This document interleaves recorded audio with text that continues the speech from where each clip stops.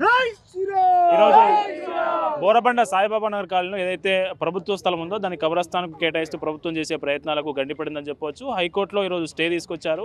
ఆ స్టే తీసుకొచ్చిన అడ్వకేట్ మనతో పాటు మాట్లాడదాం. అన్న, ఏం జరిగింది? కోర్టులో ఏం జరిగింది? మీరు ఎట్లాంటి బలమైన వాదనలు వినిపించారు? ఏం జరిగింది? ప్రభుత్వ స్థలం కబ్రస్థాన్ కేటాయింపు చేసే ప్రయత్నం ఎక్కడ ఆగింది? ఈ స్థలాన్ని ఇంటర్ గవర్నమెంట్ ఇన్స్టిట్యూషన్స్కి మాత్రమే ట్రాన్స్ఫర్ చేయాలి అని చెప్పి 2013లోనే మెమో ఉన్నది. దాన్ని బైపాస్ చేస్తూ ఏదైతే ప్రొసీడింగ్స్ కలెక్టర్ గారు ఇనిషియేట్ చేసిరో, పొంగులేటి శ్రీనివాసరెడ్డి గారు మంత్రి నిర్వహించిన మీటింగ్ తర్వాత ఏదైతే ప్రొసీడింగ్స్ ఇనిషియేట్ అయినాయో దాని మీద మేము స్టే అడిగినాము. అండ్ దాంతోపాటు ఇక్కడ లోకల్గా ఎవరైతే రెసిడెంట్స్ ఉన్నారో వాళ్ళకి ఇబ్బంది అవుతుంది అని చెప్పి పిటిషనర్ వెంకటేష్ గారిని ఆర్గ్యుమెంట్ని కూడా మేము కోర్టు ముందు పెట్టినాము. అండ్ ఫర్దర్గా వక్ఫ్ బోర్డ్ వాళ్ళు కూడా వాళ్ళు ఇంకా మేము ప్రొసీడింగ్ ఇంకా మేము ఇనిషియేట్ చేయలేదు మా సైడ్ నుండి అని చెప్పినారు. మన వాదనలు కూడా వినిపించినాము. మనకి డిఫరెంట్ హైకోర్ట్స్లో జడ్జిమెంట్స్ ఉన్నాయి. ఒక్కసారి కబ్రస్థాన్లో ఒక్క డెడ్ బాడీని బరీ చేసినా సరే, బొందలగడ్డలో బొంద పెట్టినా సరే అది ఇంకా కబ్రస్థాన్ కిందనే లెక్క అవుతుంది. మళ్ళీ ఆ ల్యాండ్ని రివర్స్ తీసుకోలేము. ఇలాంటి డిఫరెంట్ హైకోర్టు జడ్జిమెంట్స్ని కోర్ట్ చేసినందుకు మనకి రాష్ట్రంలోని అత్యున్నత న్యాయస్థానం మనకు ఫేవర్గా ఆర్డర్స్ ఇచ్చింది. ఇప్పుడున్న స్థలాన్ని ఎట్లా ఉన్నదో అట్లనే మెయింటైన్ చేయండి అని చెప్పి ఆర్డర్ ఇచ్చినది. ఎంత స్థలం ఇది? ఇది సర్వే నంబర్ 127/1లో 1 ఎకరం మీద ఏదైతే ప్రొసీడింగ్ ఇనిషియేట్ చేసారో దాన్నే మనం కంటెస్ట్ చేసినాం. ఇప్పుడు తర్వాత వాళ్ళు కూడా ఒకవేళ వక్ఫ్ బోర్డు ఇందులోకి ఇన్వాల్వ్ అయ్యి వాళ్ళు కూడా కోర్టుకు వెళ్ళి హైకోర్టుకు డివిజన్ బెంచ్ కావచ్చు, లేదంటే పై కోర్టుకు వెళ్ళి అయితే ప్రయత్నాలు ఎట్లా ఉండబోతాయి ఉన్నాయి? ఇప్పుడు ఆల్రెడీ వక్ఫ్ బోర్డు వాళ్ళు ఈరోజు రిప్రజెంటేషన్ చేసారు. వాళ్ళు ఇది పొలిటికల్ రీజన్స్ తోటి చేసినారు. ఇలా ఈ కేసులో మొత్తం పొలిటికల్ రీజన్సే మాత్రమే ఉన్నాయి అని చెప్పి కోర్టుకి వాళ్ళు వాదనలు సమర్పించారు. మేము కూడా మా వాదనలు నిలిపించినాము. మా పిటిషనర్ సోషల్ యాక్టివిస్ట్ కాబట్టి ఆయనకి పార్టీ నుండి బాధ్యత ఇచ్చారు. పార్టీ బాధ్యత ఉన్నంత మాత్రాన ఆయనకి రాజ్యాంగం కల్పించిన హక్కులు గివ్ అప్ ఇయనికే లేదు. ఆయన హక్కులు ఆయనని కాపాడాల్సిన బాధ్యత హైకోర్టు మీద కూడా ఉన్నది అని చెప్పి హైకోర్టు దృష్టికి తీసుకెళ్ళినాము. హైకోర్టు మా వాదనని అంగీకరించింది. అధికారం ఉంది కదా అని చెప్పేసి ఎవ్వరు ఇష్టం ఉన్నట్టు నాకు నచ్చినట్టు నేను ఆ మతానికి ఇస్తా, ఈ మతానికి ఇస్తా, వానికి చేసుకుంటా అని చెప్పేసి నడవని. అది రాజ్యాంగం చాలా లొసుగులు ఉంటాయి. అంబేద్కర్ అప్పుడే వేసారు. కొంతమంది దొంగన కొడుకులు వచ్చేసి వాళ్ళు ఇష్ట రాజ్యాంగం చేస్తే దానికి చట్టం అంటూ ఒకటి ఉంటుంది. దాన్ని పోయి ఆపే శక్తి కూడా ప్రజలకు ఉంటుంది, న్యాయానికి ఉంటుంది అని చెప్పేసి ఆ రోజే అంబేద్కర్ ఆ రాజ్యాంగాన్ని రచించిండు. ఆయన వీళ్ళకి అందరు ఇప్పటికీ కూడా వాళ్ళకు ఎన్ని దెబ్బలు తాకినా, ఎంత వాళ్ళ మీద ఎంత వైరల్ పడ్డా కానీ వాళ్ళకి ఇంకా కూడా రాజకీయ నాయకులకు సిగ్గు వస్తలేదు. అరే అన్న, మీరు సెక్యులరిజం మాట్లాడినప్పుడు, ఒక మతానికి మాట్లాడుతున్నప్పుడు మిగతా ఉన్నారన్న ఇంగిత జ్ఞానం ఆ కొడుకులకు లేకుండా పోయింది.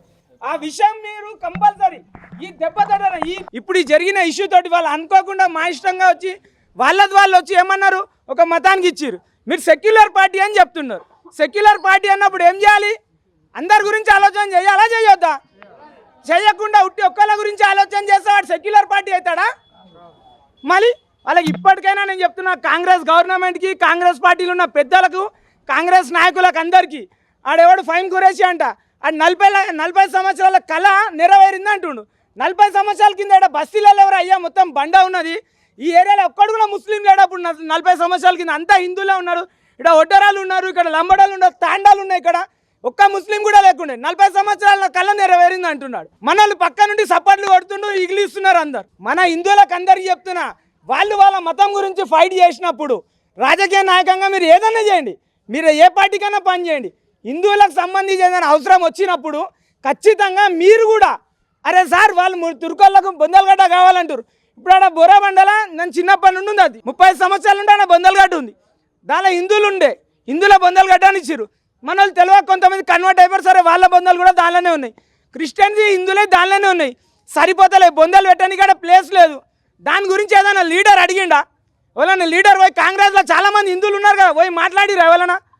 మాట్లాడారు. ఎందుకంటే కాంగ్రెస్ లీడర్ల వాళ్ళ మైండ్ సెట్ ఎట్లా అయిపోయిందంటే వాళ్ళ పొక్కసాయి తప్ప మిగతా దాని గురించి ఆలోచన చేస్తలేదు. ఇక్కడ కొంతమంది లీడర్లు ఉన్నారు, ఇక్కడ కాంగ్రెస్ లీడర్లు కూడా ఉండే. తులసిరామన్న కాంగ్రెస్లోనే ఉండే, పెద్ద లక్ష్మణ్ అన్న కాంగ్రెస్లోనే ఉండే, వి లక్ష్మణ్ అన్న. వాళ్ళు ఫైట్ చేసిర్రు, అరే హిందువులకు ఉండాలి, అరే మిగతా వాళ్ళకి ఏం సో అయిపోయింది, వాళ్ళంటే ఇప్పుడు సైలెంట్ అయిపోయారు. ఒక ఆయన అయితే చనిపోయిండు, దాని తర్వాత పోరాటం చేయాలి కదా నెక్స్ట్ జనరేషన్ వచ్చినప్పుడు. అవేం చేయకుండా ఖాళీ లీడర్ చెప్పంగానే ఒక్కటి గుర్తుపెట్టుకొని అందరు లీడర్లకు ఒకటే చెప్తున్నా, మీ వెనక ప్రజలు ఉంటేనే మీ ఎమ్మెల్యే కానీ మీ కార్పొరేటర్ కానీ మీ మినిస్టర్ కానీ మీకు మర్యాద ఇస్తాడు. మీ వెనక ప్రజలు లేకుండా మీరు ఖాళీ మీ పొక్కసాయి మీ ఆలోచనలు మీరు చేస్తే మాత్రం మీ నాయకులు మిమ్మల్ని ఇజ్జత్ ఇయ్యరు. తుర్కాలకు ఎందుకు ఇజ్జత్ ఇస్తారు వాళ్ళు లీడర్లు అంటే వాళ్ళు ఓంగని అరే వాళ్ళ మదం మొత్తం వాళ్ళు ఎన్నుకుంటుంది రాబోయని సార్. మీ వెనక ఎవరు ఎంతమంది ఉన్నారు చెప్పండి. ఇలా రామన్ అంటే ఇంతమంది కలిసిరు, ఈ బస్సు లీడర్ ఇంతమంది కలిసి వచ్చారు. కాబట్టి అక్కడ మొన్న నేను వచ్చినప్పుడు పోలీస్ అయినా పిలిచి సిఐ అంటున్నట మీరు చింటూని ఎందుకు తెచ్చిరు అని అంటే ఆ ఇష్యూ అయినప్పుడు పోలీస్ స్టేషన్ కాడ బయట నిలబడ్డారు సిఐ. వీళ్ళందరూ వచ్చేసి రామన్నలు బస్సు వాళ్ళు అందరూ నిలబడితే 4 గంటలు నిలబెట్టలేడా? పిలిచి మాట్లాడలే కదా.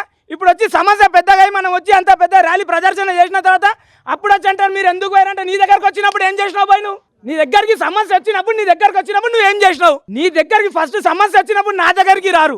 సమస్య వచ్చినప్పుడు ఎవరైనా సరే పోలీస్ స్టేషన్కి పోతారు.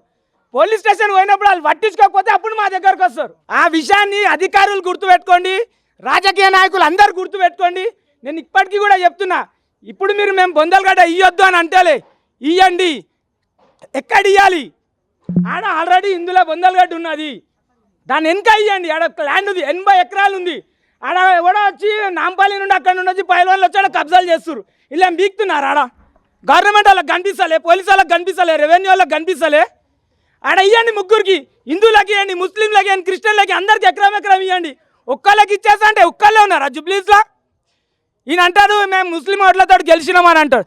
ముస్లిం ఓట్లతో గెలిచినట్టే మళ్ళీ అజరుద్దీన్ ముస్లిమే కదా, మళ్ళీ ఎందుకు గెలవాలి? మళ్ళీ ముస్లింలు ఒక్కళ్ళే ఓటేస్తే ఎందుకు గెలవాలి? పోయినసారి హిందువులు ఓట్లు వేసిరు కాబట్టే నవీన్ యాదవ్ ఇలా గెలిచిండు.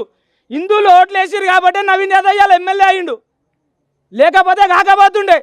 ముస్లింలు ఒక్కటే ఓటేస్తే అప్పుడే వాళ్ళ మంచిగా ఓటు వేయకుండా ఉంటారు వాళ్ళు. వాళ్ళు ఉండరు. కానీ అప్పుడు గెలవలేరు వాళ్ళు. హిందువులు అందరు కలిసిరు, క్రిస్టియన్లు అందరు కలిసిరు, ముస్లింలు అందరు కలిసిరు.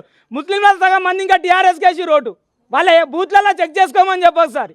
హిందువుల గురించి ఖచ్చితంగా ఫైట్ చేయమని చెప్పండి, హిందువుల గురించి ఆలోచన చేయమని చెప్పండి.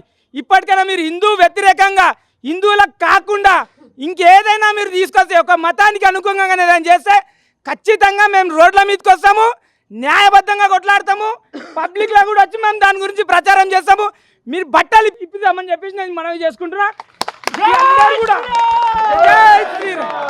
ఇప్పటికైనా సిగ్గు తెచ్చుకోండి అందరు. భారత్ మాతా కీ జై! భారత్ మాతా కీ జై!